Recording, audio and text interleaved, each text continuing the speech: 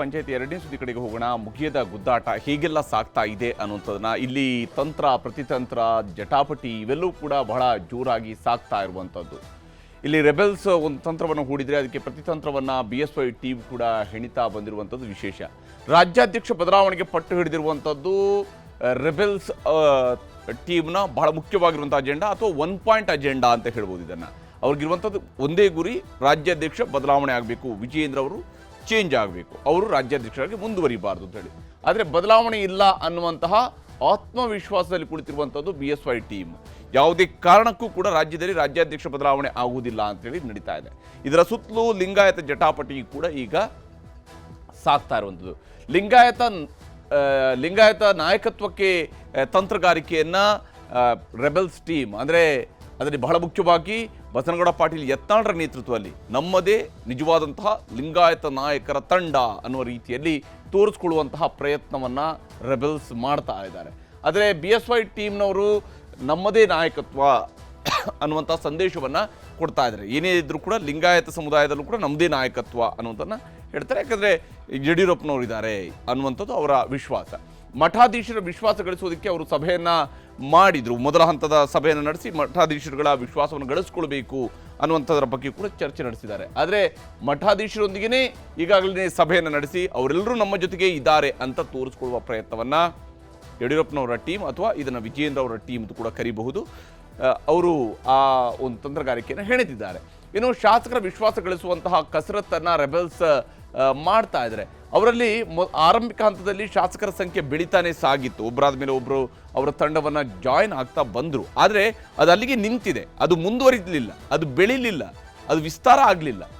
BSY ಟೀಮ್ನಲ್ಲಿ ಶಾಸಕರ ಮನವೊಲಿಕೆ ಬಹುತೇಕ success ಆದಂತೆ ಕಾಣ್ತದೆ. ಯಾಕಂದರೆ ಬೇರೆ ಬೇರೆ ಶಾಸಕರು ಯಡಿಯೂರಪ್ಪನವರ ಮೇಲೆ ವಿಶ್ವಾಸವನ್ನು ಇರಿಸಿಕೊಂಡು, ವಿಜಯೇಂದ್ರ ಅವರ ಮೇಲೆ ವಿಶ್ವಾಸವನ್ನು ಇರಿಸಿಕೊಂಡು ಮಾತನಾಡ್ತಾ ಇದ್ದಾರೆ. ಆ ಮೂಲಕ ಯಡಿಯೂರಪ್ಪನವರದ್ದೇ ಇಲ್ಲಿ ಅಧಿಕೃತವಾದಂತಹ ನಾಯಕತ್ವ ಅನ್ನುವಂಥ ರೀತಿಯಲ್ಲಿ ಮಾತನಾಡ್ತಾ ಇದ್ದಾರೆ. ಇನ್ನು ರೆಬೆಲ್ಸ್ ತಂತ್ರಗಾರಿಕೆ ಪ್ರಕಾರವಾಗಿ ಅಧಿವೇಶನದಲ್ಲೇ ಒಗ್ಗಟ್ಟಿನ ಸಂದೇಶವನ್ನು ಕಳಿಸಬೇಕು.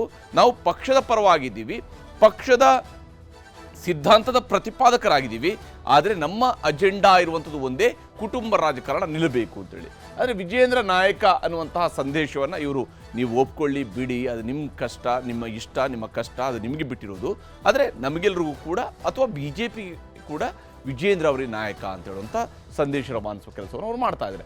ಇನ್ನು ಯಡಿಯೂರಪ್ಪನವರೇ ಲಿಂಗಾಯತರಲ್ಲ ಅನ್ನುವಂತಹ ವಾದವನ್ನು ಮುಂದಿಟ್ಟಿದ್ದಾರೆ ಯತ್ನಾಳರು. ಯಡಿಯೂರಪ್ಪ ಅವರೇ ಲಿಂಗಾಯತರಲ್ಲ ಅಂತ ಹೇಳ್ತಾ ಇದ್ದಾರೆ. ಯತ್ನಾಳ್ ಲೀಡ್ರೇ ಅಲ್ಲ, ಕೇವಲ ಶಾಸಕ ಅಷ್ಟೇನೆ ಅನ್ನುವಂಥದ್ದು ಯಡಿಯೂರಪ್ಪ ಅವರ ಬಣದಿಂದ ಬರ್ತಾ ಇರುವಂತಹ ಮಾತು.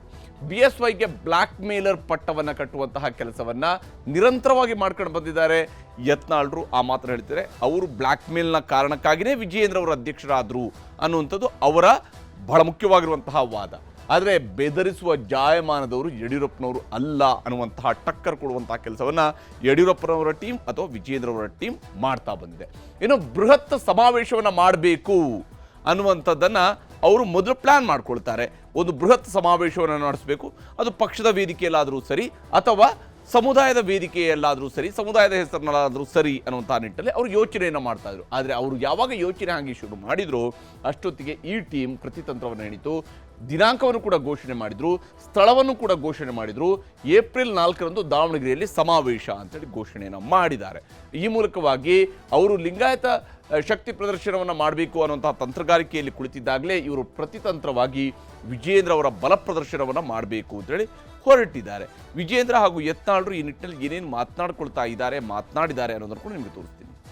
ಕರ್ನಾಟಕ ರಾಜ್ಯದಲ್ಲಿ ಯಾರ್ಯಾರು ಜಾತಿ ಹೆಸರು ಹೇಳ್ಕೊಂಡು ರಾಜಕಾರಣ ಮಾಡೋದಕ್ಕೆ ಹೊರಟಿದ್ದಾರೆ ಅಥವಾ ಮಾಡ್ತಾ ಇದ್ದಾರೆ, ಅವರು ಕೇವಲ ಶಾಸಕರಾಗಿ ಮಾಜಿ ಸಚಿವರಾಗಿ ಉಳ್ಕೊಂಡಿದ್ದಾರೆ. ನಿನ್ನೆ ಕೂತವರಲ್ಲಿ ದೊಡ್ಡ ಲೀಡರ್ ಇದ್ರಿ ಏನ್ರಿ? ಆ ಸ್ವಾಮಿಗಳು ಯಾರು, ಅವ್ರು ಯಾವ ಡ್ರೆಸ್ ಹಾಕಿದ್ರು ಆ ಸ್ವಾಮಿಗಳು ಮುಖನೇ ನೋಡಿರಲಿಲ್ಲ. ಎಲ್ಲ ರೆಡಿಮೇಡ್ ಹಾಕ್ಕೊಂಡು ಬಂದು ಕೂತಿದ್ರೆ. ಅಲ್ಲಿ ಯಾರೋ ಒಬ್ಬರು ಪ್ರತಿಷ್ಠಿತ ಸ್ವಾಮಿಗಳು ಇರಲಿಲ್ಲ, ಪ್ರತಿಷ್ಠಿತ ವ್ಯಕ್ತಿಗಳಿರಲಿಲ್ಲ. ಅದು ವಿಜಯೇಂದ್ರನ ಗ್ಯಾಂಗೇ ಮಾಡಿದ್ದು, ಏನು ಬೇರೆ ಇದೆ ಜಗತ್ತಿಗೆ ಗುರುತಿಲ್ಲ. ವಿಜಯೇಂದ್ರ ಗ್ಯಾಂಗನೇ ನಿನ್ನೆ ಲಿಂಗಾಯತರ ಸಭೆ ಮಾಡ್ಯಾರ. ಅಲ್ಲಿಗೆ BJPಯವರು ರೆಡಿಮೇಡ್ ಸ್ವಾಮಿಗಳನ್ನು ಕೂಡ ರೆಡಿ ಮಾಡ್ಕೊಳ್ತಾರೆ ಅನ್ನೋದು ಯತ್ನಾಳರ ಮಾತಿನಿಂದ ಗೊತ್ತಾಗ್ತಾ ಇರೋದು. ಈ ರೀತಿಯಾದಂತಹ ಟೀಕೆ ಪಕ್ಷದ ವಿರುದ್ಧ, ಪಕ್ಷದ ನಾಯಕರ ವಿರುದ್ಧವೇ ಬಂದಿದೆ. ಇನ್ನು ಈ ಎಲ್ಲದಕ್ಕೂ ಕೂಡ ಮದ್ದು ಅರಿತಾರ ಅಮಿತ್ ಶಾ ಅನ್ನುವಂಥದ್ದು ಇರುವಂತೆ. ಯಾಕಂದರೆ ಗೃಹ ಸಚಿವರ ಮೇಲೆ, ಕೇಂದ್ರ ಗೃಹ ಸಚಿವರ ಮೇಲೆ ಭಾಳ ನಿರೀಕ್ಷೆಗಳನ್ನು ಬಿಜೆಪಿ ನಾಯಕರು ಇಟ್ಕೊಂಡಿದ್ದಾರೆ. ಬಣಬಡಿದಾಟ, ರಾಜ್ಯಾಧ್ಯಕ್ಷರ ಆಯ್ಕೆ ಕಸರತ್ತಿಗೆ ಬ್ರೇಕ್ ಬೀಳುತ್ತಾ ಅನ್ನೋಂಥ ಪ್ರಶ್ನೆ ಇದ್ದೇ ಇದೆ. ಯಾಕಂದರೆ ಮಾರ್ಚ್ 7ರಂದು ಅವರು ರಾಜ್ಯಕ್ಕೆ ಬರ್ತಾ ಇದ್ದಾರೆ. ಆ ಸಂದರ್ಭದಲ್ಲಿ ಅವರು ಮದ್ದು ಅರಿತಾರ ಅಂತೇಳಿ ರಾಜ್ಯಾಧ್ಯಕ್ಷ ಆಯ್ಕೆ ಬಗ್ಗೆ ಸುಳಿವು ಅಥವಾ ಸ್ಪಷ್ಟತೆ ಸಿಗುತ್ತೆ ಅನ್ನುವಂಥ ಲೆಕ್ಕಾಚಾರ ಬಿಜೆಪಿಯ ಮನೆಯಲ್ಲಿ ಹರಿದಾಡ್ತಾ ಇದೆ. ಬಣವೀರರಿಗೆ ಖಡಕ್ ವಾರ್ನಿಂಗ್ ಕೊಡುವಂತಹ ಕೆಲಸವನ್ನು ಕೂಡ ಅಮಿತ್ ಶಾ ಅವರು ಮಾಡ್ಬೋದು. ಯಾಕೆಂದರೆ ಅವರು ಒಂದು ಮಾತು ಹೇಳಿದರೆ ಮುಗೀತು ಅನ್ನುವಂತಹ ಸ್ಥಿತಿ ಸದ್ಯಕ್ಕೆ ರಾಜ್ಯ ಬಿಜೆಪಿಯಲ್ಲೂ ಇದೆ, ದೇಶದ ಬಿಜೆಪಿಯಲ್ಲೂ ಇದೆ.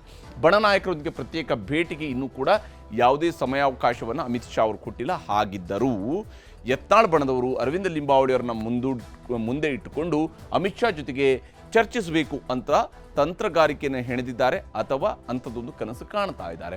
ಅಮಿತ್ ಶಾ ಭೇಟಿ ಮಾಡಿ ವಿಜೇಂದ್ರ ವಿರುದ್ಧ ದೂರು ನೀಡೋದಕ್ಕೆ ಸಿದ್ಧತೆಯನ್ನು ಕೂಡ ಮಾಡ್ಕೊಂಡಿದ್ದಾರೆ. ಶಾ ಆಗಮಿಸ್ತಾ ಇರುವ ಸಂದರ್ಭದಲ್ಲೇ ಎರಡೂ ಟೀಮ್ಗಳು ಫುಲ್ ಆಕ್ಟಿವ್ ಆಗಿದ್ದಾವೆ. ಎಷ್ಟು ಆಕ್ಟಿವ್ ಆಗಿದ್ದಾವೆ ಅನ್ನೋದನ್ನು ನಾವು ಈಗಾಗಲೇ ನೋಡಿದ್ವಿ. ಇಬ್ಬರ ಮಾತುಗಳ ವೈಖರಿಯಲ್ಲೂ ಕೂಡ ಗೋಚರ ಆಗ್ತಾ ಇದೆ. ಆದರೆ ಇದಕ್ಕೆಲ್ಲವೂ ಕೂಡ ಹೇಗೆ ಪರಿಹಾರ ಸಿಗುತ್ತೆ ಅನ್ನೋದನ್ನು ನೋಡಬೇಕಾಗಿದೆ.